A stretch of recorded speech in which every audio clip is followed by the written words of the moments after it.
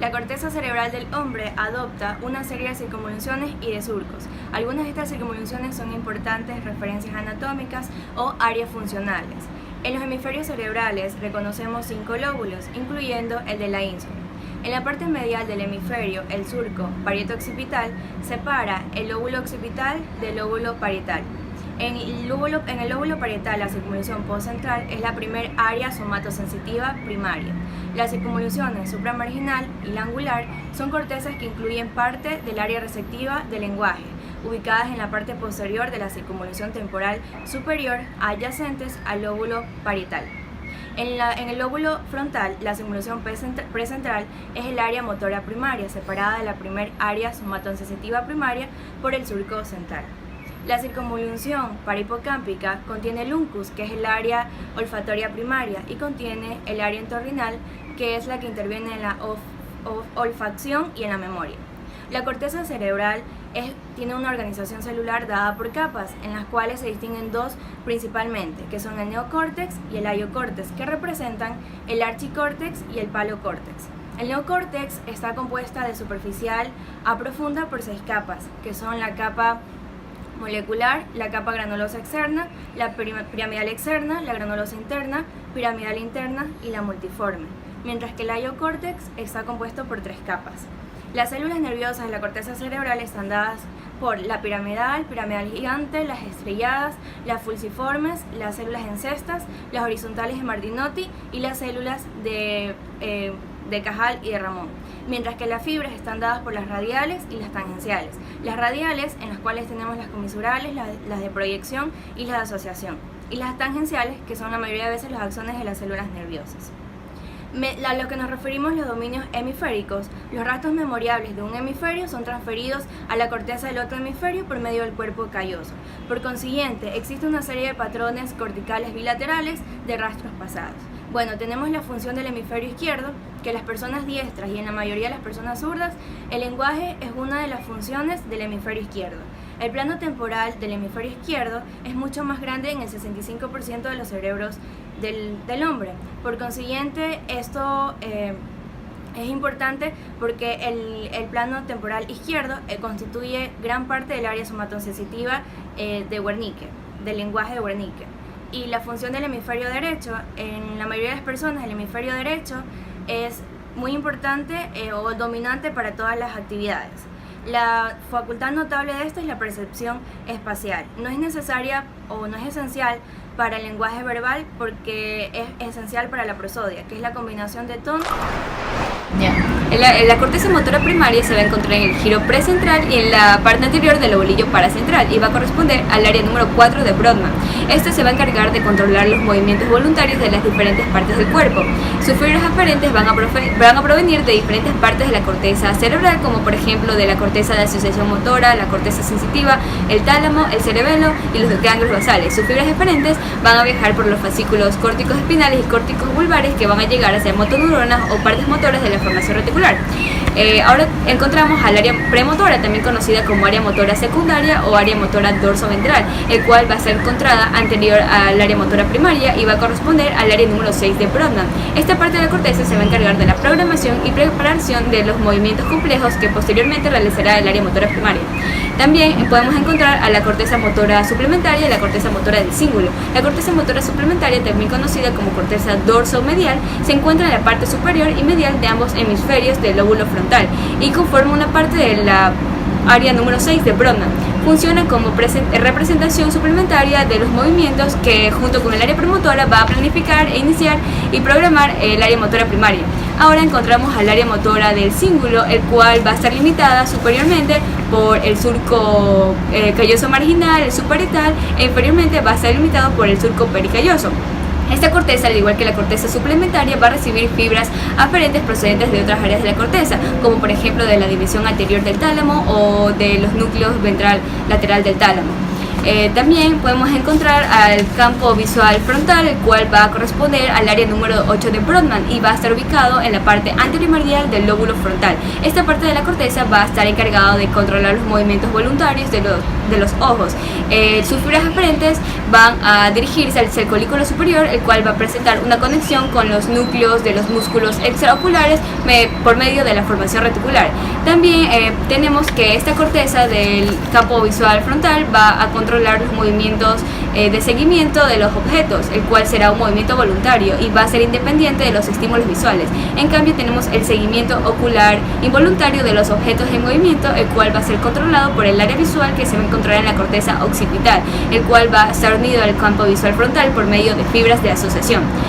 Por último, encontramos a la corteza prefrontal, el cual va a estar ubicado o se va a extender por toda la parte anterior del lóbulo frontal y va a corresponder al área número 9, 10, 11 y 12 de Brodmann, y se va a considerar que es una corteza de asociación debido a las diferentes.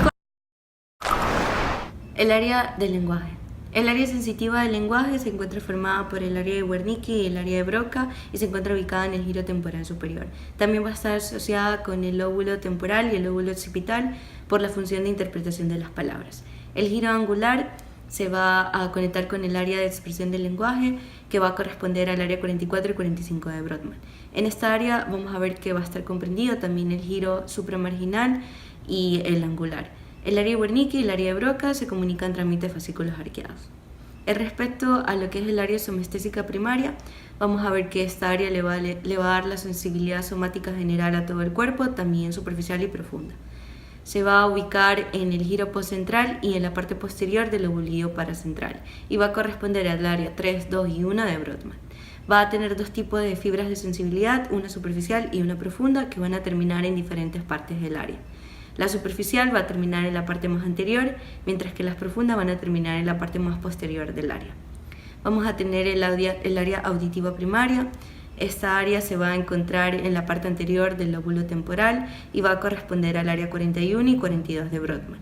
Vamos a ver que la parte más anterior del área auditiva va a recibir información de los sonidos de baja frecuencia. La corteza de asociación auditiva se va a encontrar en la parte posterior del área 22 de Brodmann y un daño bilateral en esta área le va a causar una agnosia auditiva. La vía de conducción del sonido se va a comenzar desde el órgano de Corti y que se encuentra en la rampa medial de la cóclea. Y vamos a ver que aquí las células ciliadas van a recoger el sonido y van a llevar esta información a los axones de los núcleos auditivos, que los van a transportar a la corteza. El área gustativa. Vamos a ver que el área gustativa va a corresponder al área 43 de Brodmann y se va a encontrar ubicada en el giro postcentral. El núcleo que recibe mayor información gustativa va a ser el núcleo solitario, cuyas fibras van a pasar del fascículo solitario hacia el fascículo ventral posterior del tálamo, que va a añadir fibras también del ventrículo tálamo cortical. Aquí van a hacer sinapsis con las neuronas y van a mandar fibras a la corteza. Está constituida por el giro parahipocámpico, por el uncus y por el cuerpo amigdaloide, los cuales van a formar la corteza periamigdalina, el cual junto con el limen de la ínsula y el área entorrinal van a formar la corteza periforme. Ya, este de aquí va a recibir a las fibras de la estría olfatoria lateral, el cual se va a encargar de hacer consciente de todos los estímulos olfatorios. El área de asociación olfatoria se encuentra en la parte lateral de la superficie orbitaria del lóbulo frontal, el cual se va a encargar de captar todas las aferencias enviadas por el área olfatoria primaria. Ya, la vía del olfato va a estar constituida por un epitelio, por nervio, por bulbo y por tractos olfatorios. El epitelio olfatorio nace de la placoda olfatoria, el cual está constituido por neuronas bipolares, llamadas células olfatorias, las cuales los axones se agrupan y van a formar el nervio olfatorio, el cual penetra el cráneo y ahí a través de la lámina cribosa sube por medio de los tractos olfatorios y ahí sus axones hacen sinapsis con las áreas olfatorias primarias. Ya, el área entorrinal. Ya, el área entorrinal se encuentra, corresponde al área 28 y al área 34 de Brodmann, y es una de las principales vías de aferencias que recibe el hipocampo por medio de la vía perforante. Presentó un paciente de sexo masculino de 60 años de edad con antecedentes de hipertensión arterial. Ingresó con un cuadro de cefalea pulsátil, hipertensión arterial más la incapacidad de reconocer su hemicuerpo izquierdo. Hubo un evento cerebrovascular. Se presume que fue de la arteria cerebral media porque comprometió el lóbulo parietal derecho, ocasionando que el individuo sea incapaz de reconocer todo su lado izquierdo, conocido como una heminegligencia, lo que provocó que las fibras que relacionan la corteza somatoestésica de asociación es de este lóbulo con las áreas motoras del lóbulo frontal se vieran afectadas, por lo cual el paciente presenta una apraxia al vestirse, lo que es que sea inhábil de realizar movimientos ya aprendidos, pero preservó la capacidad de escritura, puesto que no se vio afectada la corteza somatoestésica es del lóbulo parietal. La extensión de la isquemia involucró también otras estructuras, como la corteza prefrontal ventral derecha, lo que originó que el sujeto sea inhábil a reconocer sus errores, conocido como anosognia, y que por último se vio implicada en la superficie inferior es del lóbulo occipital y del lóbulo temporal, ocasionando que el paciente tenga una prosopagnosia, que es incapaz de registrar caras, pero registra voces. Agregándole a esta afectación, también se vio implicada la radiación óptica, lo cual comprometió las fibras nasales del lado derecho, lo que ocasionó una hemianopsia homónima, provocando que el paciente sea incapaz de visualizar su campo visual izquierdo o contralateral a la lesión.